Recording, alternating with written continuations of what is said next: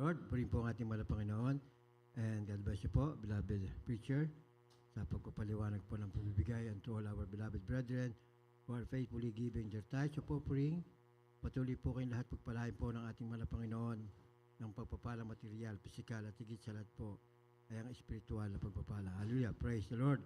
Purihin po ang ating mahal na Panginoon at tayo po ay tuloy-tuloy na po. Dadako na po tayo sa pag-aaral po ng banal na salita ng ating mahal na Panginoon. Hallelujah. Praise the Lord.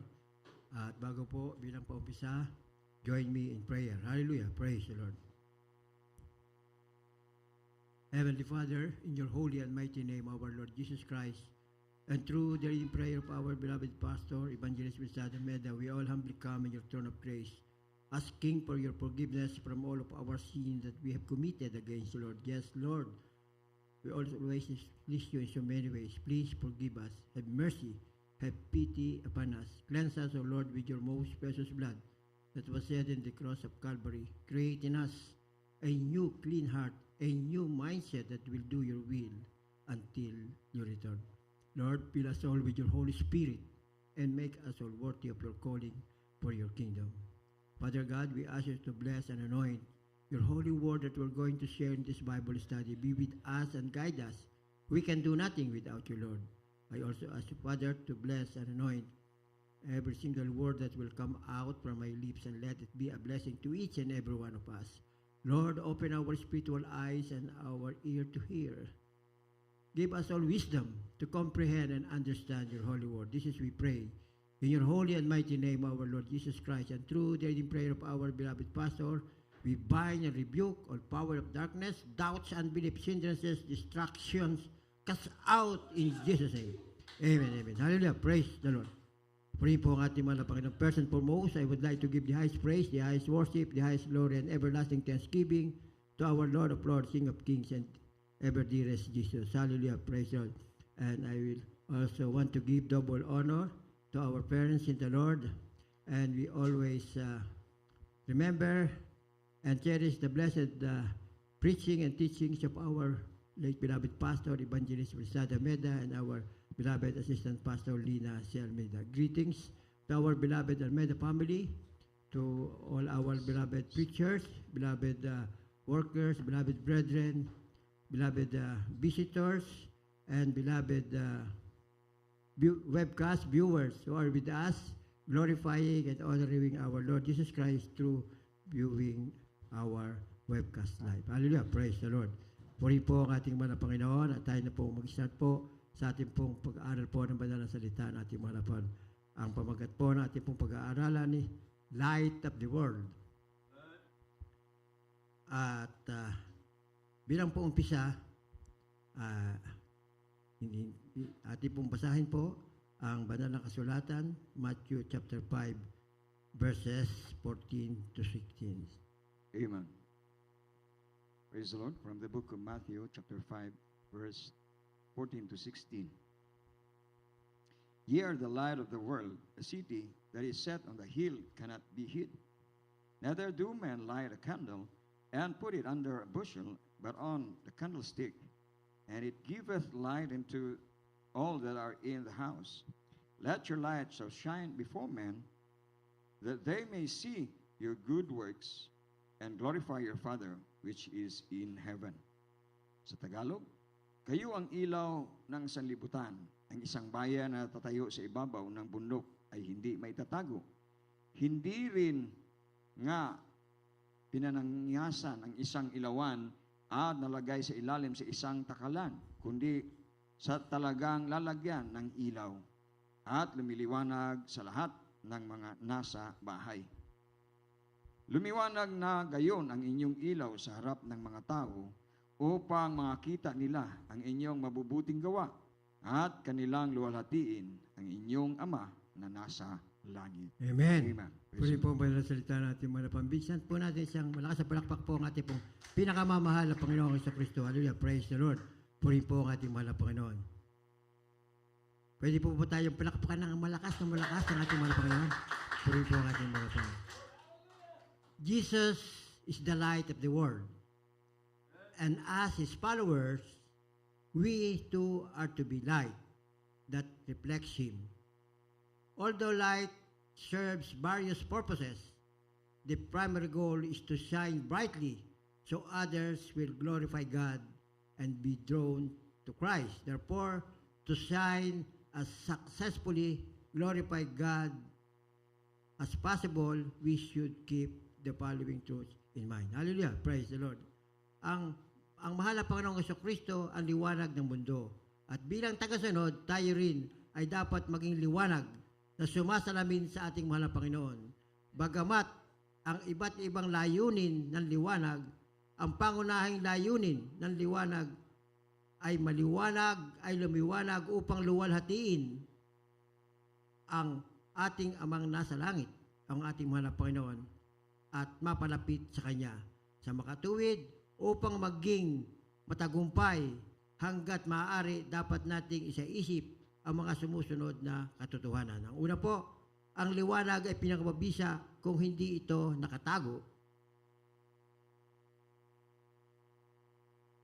o pinakamabisang kumikinang at liwanag ay hindi natin itatago. Ibig sabihin, kailangan yung liwanag na sinasabi na ating pag-uusapan ay makita sa atin. Tayo mag-reflect sa atin ang liwanag na ito. Ano ba yung liwanag na ito? Ito po ang ating pag-aaralan. Hallelujah, praise the Lord. Ang sabi po sa mga 5:15, sabi po dito, hindi rin mga pinaniningasan ang isang ilawan at inilalagay sa ilalim ng isang takalan o kundi sa talagang lalagyan ng ilaw at lumiliwanag sa lahat na nasa bahay. Hallelujah, praise the Lord. Nasubukan ba nating itago ang katotohanan na tayo ay isang Kristiyano para tanggapin? Bilang mga ilaw, dapat tayo maging malinaw tungkol sa ating pananampalataya at pagmamahal sa ating mahal na Panginoon. Napakatalinaga ng mga talatang ito sa banal na kasulatan dahil po ang gustong ipakita natin sa ating mahal na Panginoon o sa lahat na nakakakita sa ibabaw ng lupa sa atin ay yung liwanag ng mahal na Panginoon na nasa atin. Ako po ay may isang magandang example dito, isang kapatid na nagpatotoo po noon. Pumasok siya sa trabaho at lahat, nung first day niya, lahat ng tao ay nakatingin sa kanya. Lahat na naroon sa loob. Bakit po? Dahil mahaba ang kanyang damit. So nagtataka yung mga babaeng naandoon, bakit yung iba'y nakapalda, yung iba'y nakapantalon. At hindi sila nag-iibigan, basta tinitingilan siya. Kinabukasan, pagbalik niya doon, lahat ng mga babae nakapalda na, nakabistida na. So, ibig sabihin, yung isang kautusan na ang babae huwag magdadamit ng katulad ng kasuotan ng babae at yung talagang kalugod-lugod ay nakuha nila sa pamamagitan ng papapakita nating kapatiran. Ang isa pa pong example, isa rin kapatiran. Papasok siya sa trabaho. Ngayon, yung pagpapasok niyang trabaho, isang malaking trabaho at may requirement sa uniform. Ay ang uniform doon may pantalon. Ay siya naka-vestidang mahaba. At kinausap siya nung manager. Sabi, can you not wear the right costume? Sabi niya gano'n. Sabi niya, pinaliwanag na sa member of Jesus Miracle Crusade International Committee at is law given by the Bible na kinakailangan babae mahaba ang laylay, ang damit. Alam niyo ang ginawa nung opisina ngayon ay ipinagpagawa siya ng uniform na mahaba na saya pero yung kulay na kinakailangan maging ayon ang binigay sa kanya. Isa na naman pong patotoo na isang kasapamamagitan ng ating labas na paanyo, may mga nababagong kaisipan at dahil nalalaman nila na yung mga kapatirang ito ay sumusunod lamang sa kautusan ng ating mga lawas. So nakikita sa kanilang pamumuhay panlabas ang nais ng ating mahal na Panginoon. At higit pa rito, kinakailangan bilang isang mananampalataya makita sa ating kalooban na ikaw ay tunay na mananampalataya. Paano nating malalaman na ang ating kalooban ay nasa tamang pananampalataya? Sinabi po at saka po, ang pinakamaliwanag, light is brightest when the lamp is kept clean. Since people are quick to hypocrisy, we must eliminate sinful attitudes and practices which dim our testimony for our dearest Jesus. Hallelujah, praise the Lord. At basahin po natin yung Luke 11:34. From the book of Luke chapter 11 verse 34. The light of the body is the eye. Therefore, when the thine eye is a single, thy whole body is a full of light. But when the thine eye is evil, thy body also is full of darkness. Ang liwanag ng katawan mo ay ang iyong mata. Kung magaling ang iyong mata, ang buong katawan mo man ay puspos ng liwanag. Datapat kung ito'y may sakit, ang katawan mo na may puspos ng kadiliman. Amen. Pray po ang ating mga napunan. Ibig sabihin, the Holy Spirit uses our character and action to shine truth with others. Yun po yung ang banal na Espiritu po ang gumagabay sa bawat isa na nananampalataya sa Kanya upang ating maipamuhay ang tamang pamumuhay habang tayo ay nasa ilalim ng Kanyang pagkalinga at pagkalinga ng ating mahal. Makikita sa ating ugali na ikaw ay pinananahan ng banal na Espiritu kapag hindi ka na dating ikaw na magaling kang basta naman sa sabi, hindi ka na nagmumura, hindi ka na nagsasabi ng masama sa iyong kapwa, hindi ka na nagsisinungaling, at lahat ng sinasabi mo ay puro katotohanan. Kasi pagka tayo masinungaling, hindi nalulugod ang ating mahal na Panginoon dahil sabi, ang sinungaling ay pupunta sa dagat-dagatang apoy. Sinabi po yan sa banal na kasulatan sa Revelation po. Kaya po, dapat tayo magpakaingat.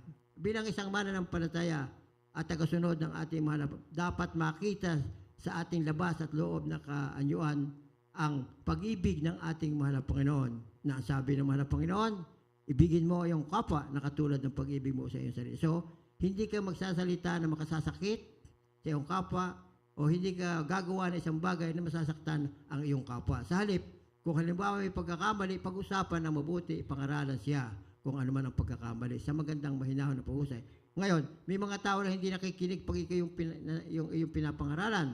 Ang dapat natin gawin, ating ipanalangin, hingin natin sa ating mahal na Panginoon, na tayo maunawa, tulungan tayo na ang tao ito'y makakilala rin sa ating mahal na Panginoon at gabay at patnubayan. At higit sa lahat, ikaw ay baguhin, tanggalin yung masamang espiritu na nasa iyo, na ikaw may mataas ang pride, akala mo sa iyong sarili, ikaw ang pinakamagaling na sa ibabaw ng lupa, ikaw na ang tunay na anak ng Diyos, subalit nagkakamali ka pa rin dahil tayo nasa laman. Hilingin natin sa ating tanggalin lahat yon. Dahil yun ang kalooban ng ating mahal na Panginoon, doon tayo magliliwanag sa lalim ng kamunduhang ito bilang isang tao. Hallelujah. Praise the Lord. Basahin po natin yung John 3:20.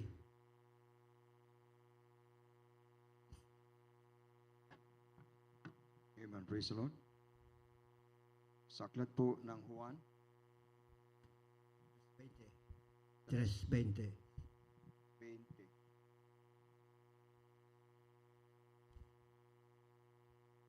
Praise the Lord. For everyone that doeth evil hateth the light, neither cometh to the light, lest his deeds should be reproved. Sapagkat ang bawat isa na gumagawa ng masama ay napupuot sa ilaw, at hindi lumalapit sa ilaw upang huwag masaway ang kanyang mga gawa. Amen. Amen. Puri po Praise the ang Lord. salita natin malam. Ipinahayag ng liwanag kung ano ang nakatago sa kadiliman. Ginagamit ng banal na Espiritu ang ating pagkatao at mga kilos upang ipakita ang katotohanan sa buhay ng iba na inilalantad kung ano ang kulang sa kanila. Sa kanila man, sa atin ay may mga kulang pag ang pag-uusapan ay ang katuwiran at kabanalan. Yan po ang ating pagkukulang dito sa ibaba, ang katuwid. Maging matuwid ka sa harapan ng ating mahal na Panginoon at huwag kang magkasala sa ating magkaroon ka ng kabanalan. Hallelujah, praise God. Maari sa una hindi sila komportable o nauunawaan ang ating nais iparating sa kanila o tayo nagkakasala habang ginagawa ng Espiritu ang kanyang nahihikayat na gawain. Tayo makasalanan, subalit ang mahal na Espiritu, ang banal na Espiritu, ang gumagawa ng parat humihikayat sa atin upang gawin natin masama. Madalit sabi po, tinuturo sa atin ang banal na Espiritu nang gawin natin tama at umiwas tayo sa mali. Kapag gano'n na po ang kaisipan o kalooban ng isang mananampalataya, tunay na ang Diyos ay nasa Kanya. Bakit po? Dahil ang sabi, ang Diyos ay pag-ibig. Kung ang Diyos ay nananan sa iyo, ikaw ay mapag-ibig. Ayaw mo magkamali sa iyong kapwa at ayaw mo magkasala lalong higit sa ating mahal na Panginoon. Ang nais mo lagi sa tuwi-tuwi na ay maging ang gabay at katuwiran ng ating mahal na Panginoon ay nasa sa atin. Hallelujah! Praise the Lord. Purihin po at maaari sa una hindi sila komportable o nagkakasala pa rin, ngunit ito ang isang mahalagang hakbang para sa kaligtasan. Kasi po, kahit pa sabihin natin tayo mga Kristiyano na natanggap na natin ang ating mahal na Panginoon, subalit tayo po ay nagkakasala pa rin, nagkakamali pa rin na natural yon dahil tayo ay nandito pa sa ibabaw ng lupa. Pero pagkatatandaan ninyo po, na sinabi po sa John 3, verse 36, ang sabi po dito, babasahin ko muna po sa English bago sa Tagalog. He that believeth on the Son had everlasting life, and he that believeth not the Son shall not see life, but the wrath of God abideth in him. Ang sumuwang sampalataya sa anak ay may buhay na walang hanggan, ngunit hindi tumatalima sa anak ay hindi makakakita ng buhay, kundi ang puot ng Diyos ang sumasa kanya. Hallelujah, praise the Lord. Tinanggap mo na nga ang mahal na Panginoon. Sinabi mo kay tunay na Kristiyano, pero hindi mo natatalima o hindi mo nasusunod ng kautusan ng ating mahal na Panginoon. Kung talaga ang iyong adikain ay ikaw ay tunay na mananampalataya ng ating tumatalima ka sa kanyang utos. At dito natin ay papakilala na iniibig natin ang ating mahal na Panginoon dahil sinabi ng ating mahal na Panginoon, kung ako ay inyong iibig, ay tatalima kayo sa aking mga utos. Pahalagahan natin ang mga ganitong bagay. Dahil kahit sinabi sa banal na kasulatan na sa basahin ko po sa inyo lahat. On this spot, God ay ginagamit niya ako para maunawa at maintindihan natin ang ating 2 Corinthians 5:8.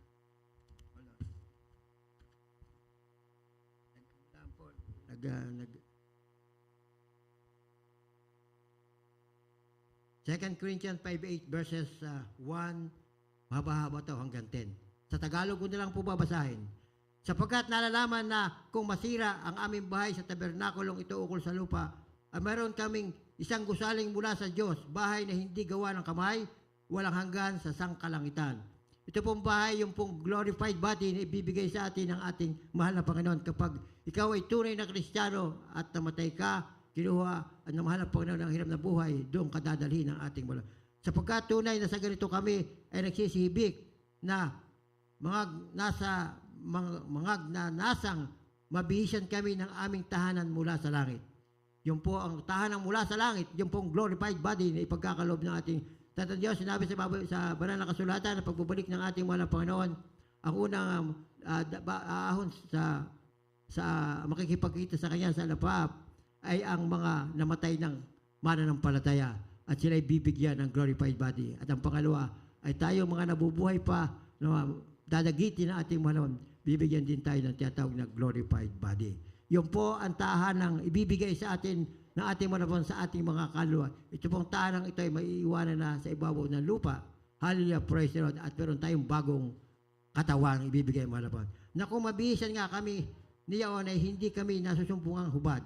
Sapagkat tunay na kami na nga sa tabernakulong ito ay nagsisibik at nangagbibigatan, hindi sa ninanasa naming maging hubad, kundi ninanasa namin kami bihisan upang ang may kamatayan ay lamunin ng buhay.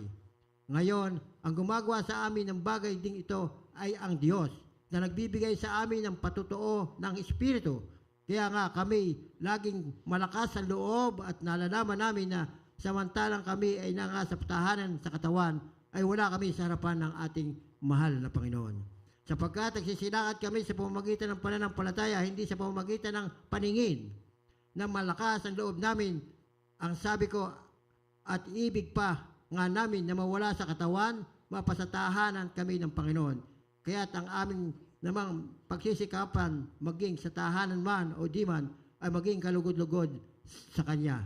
Kami sa Kanya, sapagkat tayong lahat ay kinakailangang mahayag sa harapan ng hukuman ni Kristo upang tumanggap ng bawat isang mga bagay na ginawa sa pamamagitan ng katawan ayon sa ginawa niya, maging mabuti o masama. Katayatulan, kung masama ang iyong ginawa ay hindi ka sa Kanya, kung mabuti, pupunta ka sa ating mahal na Panginoon, kasama Kanya sa buhay na walang hanggan. Pinaalala ito sa atin ng mahal na Panginoon. Bawangat ang ating kapatid na si Brother Jean Sincero ay sumakapay na una. siya po ay umuwi na lang sa tunay na bahay. Nasa kapiling siya ng ating mahal na Panginoon.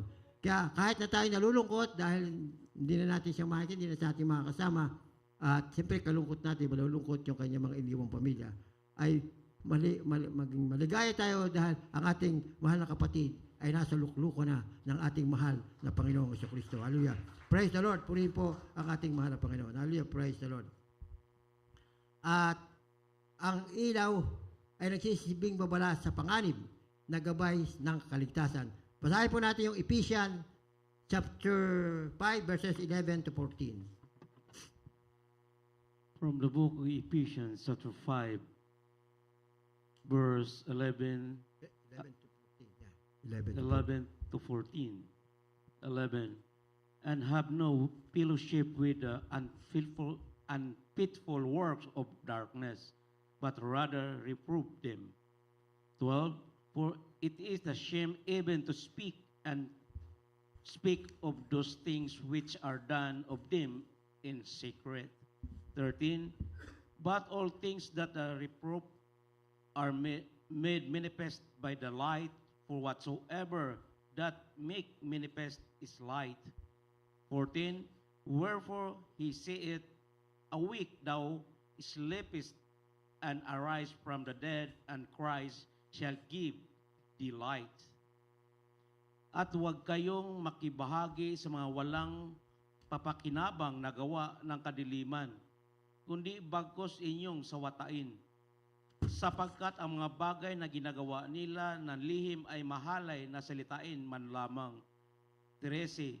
Datapwat ang lahat ng mga bagay pagka nasawata ay itinatanyag ng kaliwanagan, sapagkat ang lahat ng kaliwanagan. 14.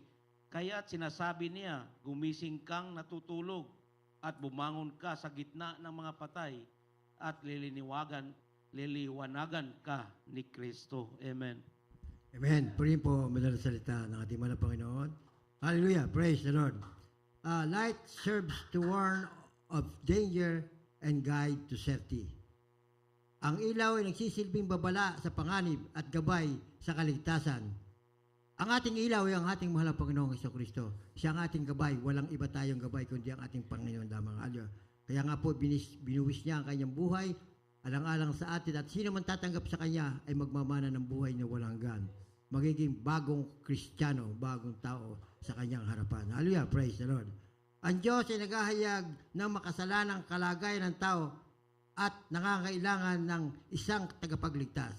Tulad ng ginawa niya, may babahagi natin ang ginawa ng mahal na Panginoon para ipagkasundo ang makasalanang sangkatuhan sa ating mahal na Panginoon sa pamamagitan ng ating mahal na Panginoong Jesucristo. Ang kanyang kamatayan sa krus, Kalbaryo, ay nagbayad ng buong utang sa ating kasalanan upang tayo ay mapatawad at magkaroon tayo ng buhay na walang hanggan. Napakaliwanag na kung hindi natin tatanggapin ang ating mahal na Panginoon, na sinabi rin ng ating mahal na Panginoon, kinakailangan mo born again para makita mo ang kaharian ng Diyos. At even ang katapusan talata po sa 3:3-5, kinakailangan kayo mabautismuhan sa tubig sa pangalan ni Jesucristo at sa Espiritu Santo upang ikaw ay makapasok sa kaharian ng Diyos. Bakit po ganun? Kasi pagtaglan natin ng palataya at naniwala tayo sa ating mahal na Panginoon, wala tayong gagawin kundi yung kanyang ilaw ay mag-reflect sa atin, suminag sa atin. Hallelujah, praise the Lord. Pagka ganun, ibig sabihin, tumatalima tayo sa ating mahal na Panginoon 100%. Makakasama tayo ng mahal na Panginoon sa buhay na walang hanggan. Hallelujah, praise the Lord. At ito pong talatang ito ay muli kong babasahin sa inyo sa 2 Thessalonians, mahaba-haba po ito eh.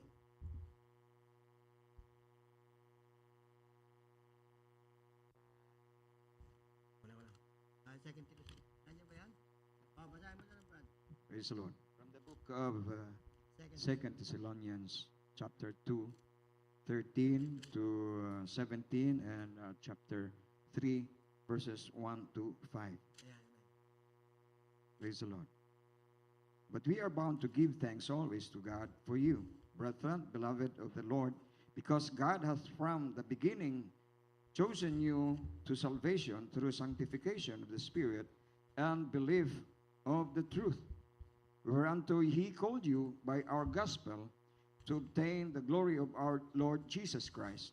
Therefore, brethren, stand fast, and hold the traditions which ye have been taught, whether by word or our epistle.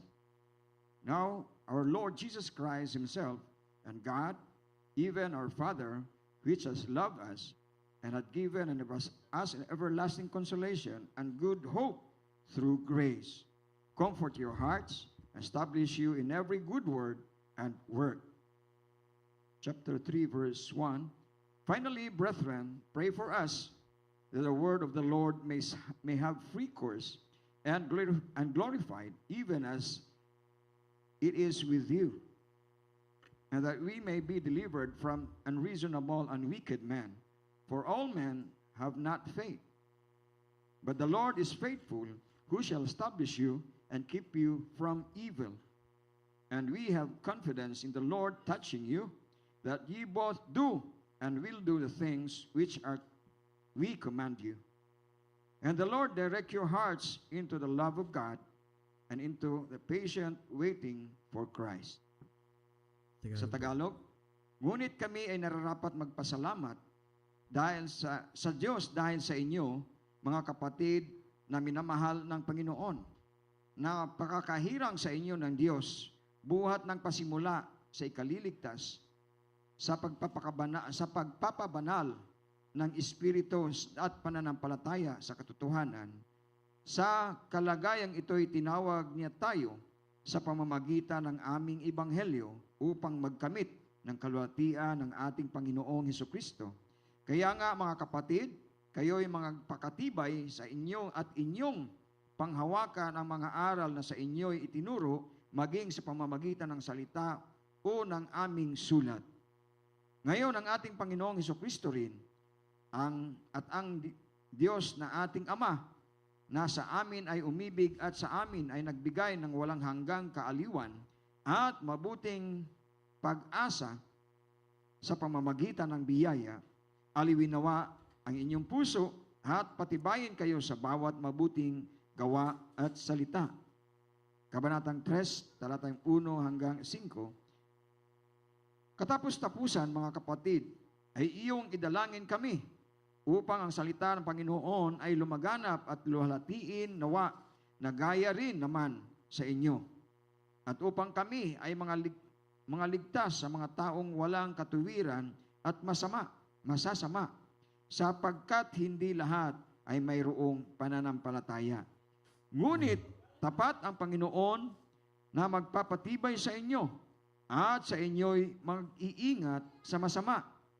At may pagkakatiwala kami sa Panginoon tungkol sa inyo na inyong ginagawa at gagawin naman ang mga bagay na aming inuutos.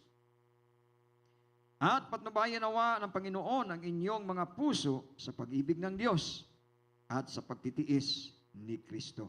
Amen. Purihin po ang ating mahal na Panginoon. Muli natin palakpakan po ang ating mahal na Panginoon. Nangungusap po sa bawat isa sa bawat sandaling ito ang ating mahal na Panginoon. Hallelujah, praise. Marami tayong narinig ngayon tungkol sa pagiging isang taong may impluensya. Bagamat ang ilan ay hindi maaaring konektado sa maraming tao.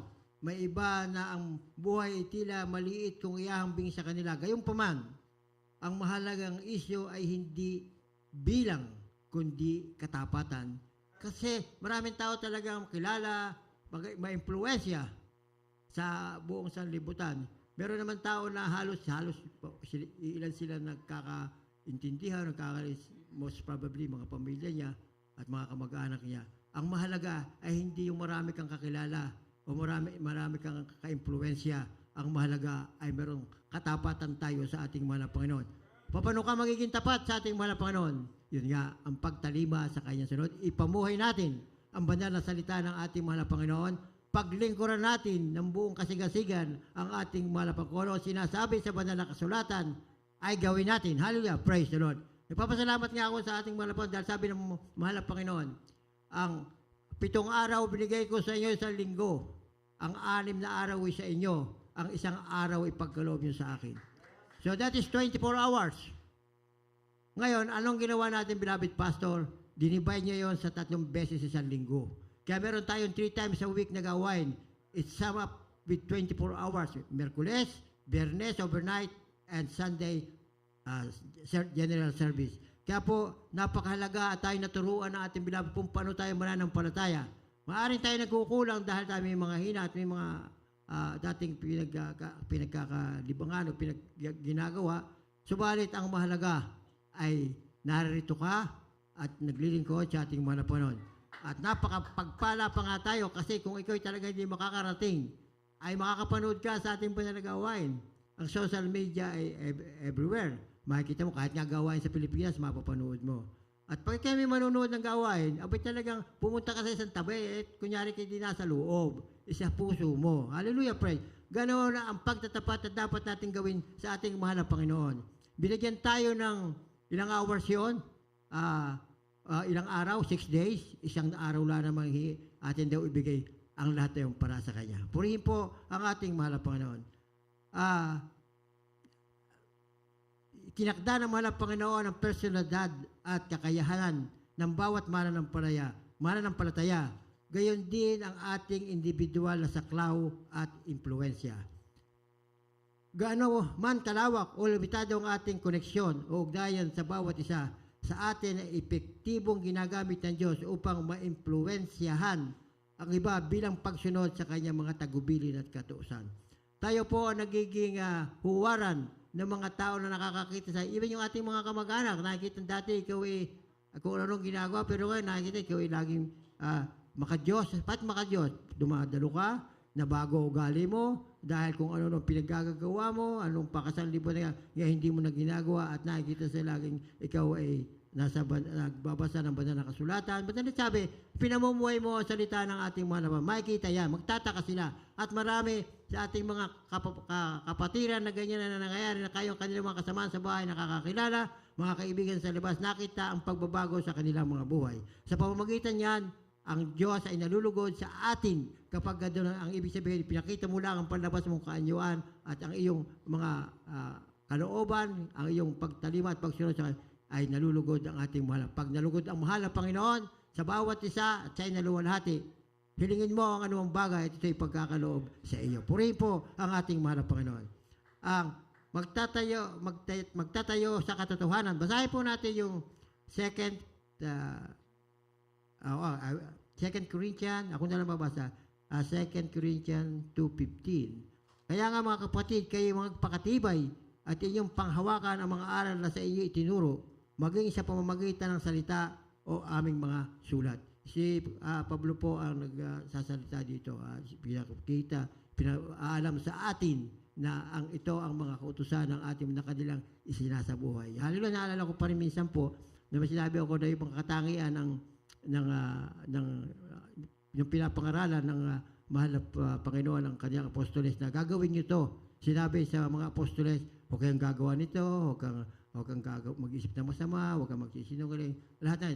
Tapos yun din po, ganoon din po sinasabi sa atin ng ating mga. Sinabi niya ito sa mga apostoles, tayo po ay mga hinirang ng ating mga, kaya dapat malaman din natin ang mga bagay nito na yung mga hindi dapat gawin, huwag natin gagawin. At ang gagawin lang po natin ay sinasabi rin sa banal ang tumalima at sumunod sa kanyang mga utos para sa ikaw. At lahat ng pangako ng ating utos na ating mga lapanan ay may kaakibat na pangakong pagpapala, material, physical, at higit sila't po ang espiritual na pagpapala. Dapat nating tiyakin ang ating buhay na nakabatay sa katotohanan ng Biblia, kundi hindi maaari nating iligaw ang iba. Kasi kapag hindi binatay natin pumumuhay ating sinasabi sa banal na kasulatan, maliligaw yung iba, ba't gari ganere? Akala ko gayo Kristiyano, ba't kung ano-anong salita napapakinggan ko? O bakit anong masasakit na salita lumalabas sa bibig? O bakit hindi ko nakikita ang isang tunay na Kristiyano na matimtiman, magalang, at may pagpapahalaga sa kanyang kapwa.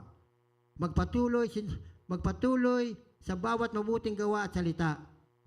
Pinagmamasdan tayo ng mga tao at ang ating mga sinasabi at ginagawa ay higit na nakaka-apekto sa kanila kaysa sa ating naiisip.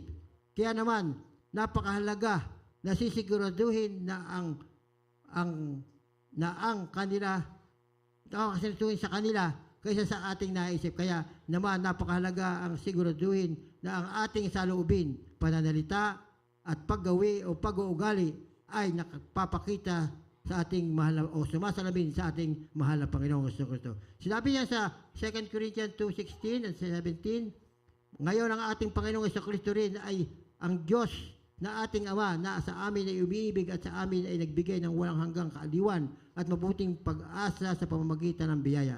Aliwin nawa ang inyong puso at pagtibayin kayo sa bawat mabubuting gawa at salita. Hallelujah, praise the Lord. Pinapanalangin din ang ating mga beloved apostoles na sana magawa natin ang kalooban ng ating mahal na Panginoon. Hallelujah, praise the Lord.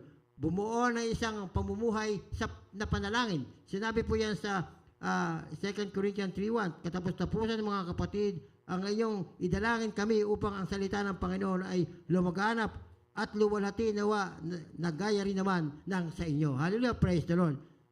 Isang kautusan ito na ating bubulay-bulay. Ibig sabihin nito, manalangin tayo sa ating kapwa na hindi pa nakakakilala o yung mga hindi pa nakakalog. Panalangin mo na baguhin sila na ating mahal na Panginoon.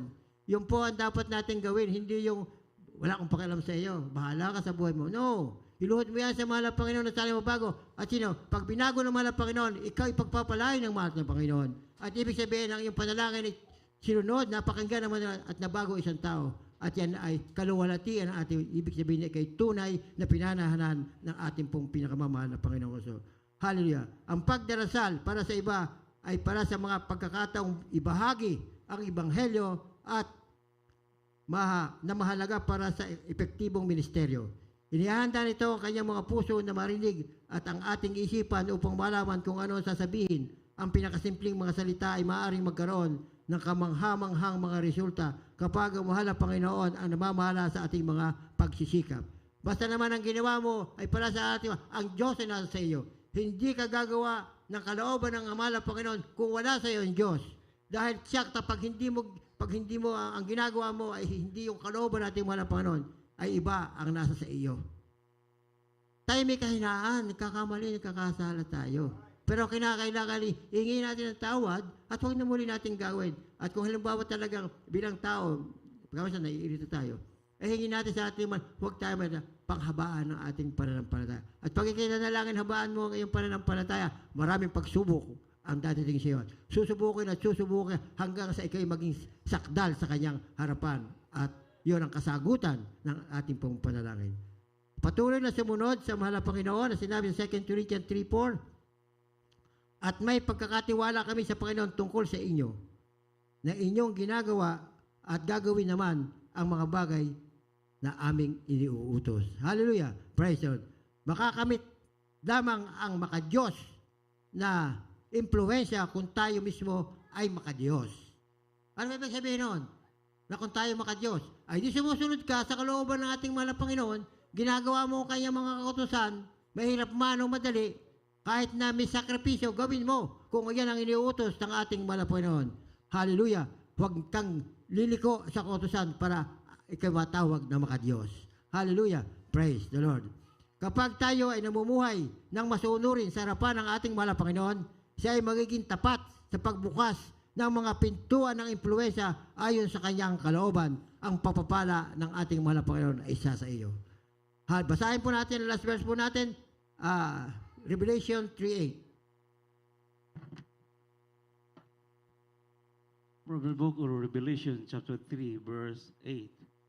I know thy work, behold, I have set before thee an open door, and no one can shut it. For thou hast a little strength, and hast kept my word, and hast not denied my name. Amen. Nalalaman ko ang iyong mga gawa. Narito ilagay ko sa harapan mo ang iyong pintuang bukas na di mailalapat ng sino man na ikaw ay may kapangyarihan, kaunting kapangyarihan at tinutupad mo ang aking salita at hindi mo ikaila ang aking pangalan. Amen. Amen. Puri po. Amen. Huli po natin palapakan po ang ating mahal na Panginoong Jesucristo at maganda na rin po ang ating mga awit. Hallelujah. Praise God. Kung gagawin natin ambisyon o adikain na maging tapat sa lahat ng mga parang ito o lahat na ating pinag-aralan ito, ang pagtalima sa ating mahal na Panginoon, makatitiyak tayo na gagamitin ng mahal na Panginoon ang ating buhay upang maimpluwensyahan ang iba para sa kabutihan at para sa kanyang kaluwalhatian. Hallelujah! Praise the Lord! Sinasabi rin dito na if it